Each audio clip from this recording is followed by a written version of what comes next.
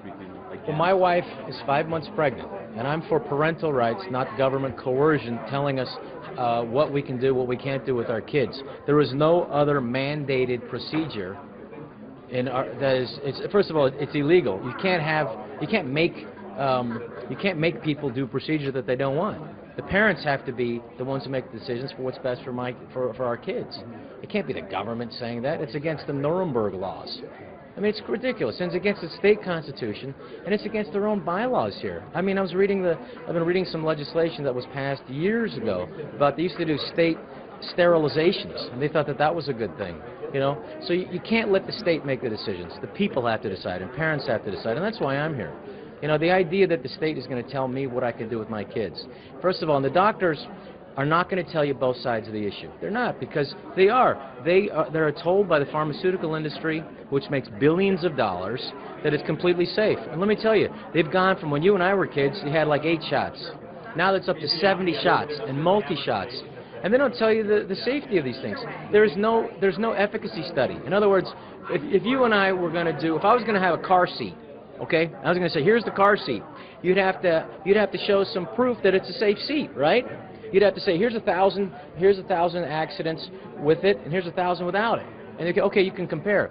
They have refused to, and no vaccine company, none of the pharmaceutical companies and government tests have done 1,000 kids with the shots and 1,000 without. They refuse to, because it's not what they want to hear. Because what they're doing right now is that the pharmaceutical industries are doing fine. They're making billions of dollars, and they're increasing more shots. And it's at the cost of our children, because they don't have, the efficacy of these shots have not been proven. And the toxicity of these things, we're having more and more side effects. You're having more autism. When you go from autism, which was unheard of in America in 1930, to what was 1 in 5,000 after seeds started being preserved with mercury, which is the second most toxic thing on this planet next to plutonium. And then you go to, let's go up a couple of decades. By 1990, it was 1 in 200. Now it's 1 in 88.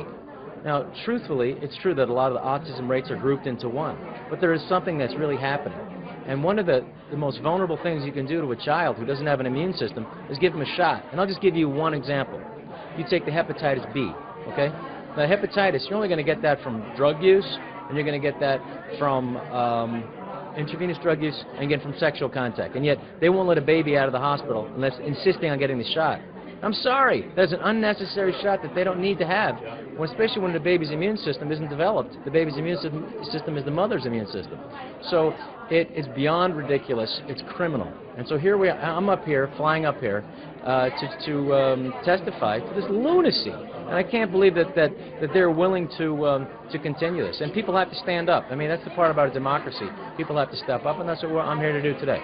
Do you think there's too much government intervention in our lives today, whether or not you live in California or New York or anywhere in the U.S.? I mean, but there is some. I mean, there needs to be some. I mean, governments need to protect roads, and I agree with that. But government can't make decisions on what I do to my body and my children's body. They have to stay out of that. That's not something that's open for discussion. I got to make my choice, and I'm going to do what's best for my child. And to the idea that they're going to mandate that if I don't want to vaccinate my kid, they can't go to school unless they get a consent from a doctor. That's lunacy, because you're assuming that the doctor's going to show you both sides, that there's benefits and there are risks. And there's a great book for people to go and get. It's called The Vaccine Guide by Dr. Neustedler.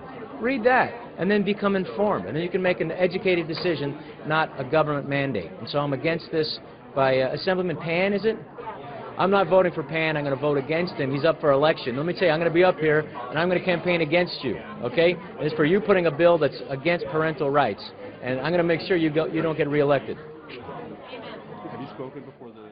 I have a picture of my daughter in there in the guy.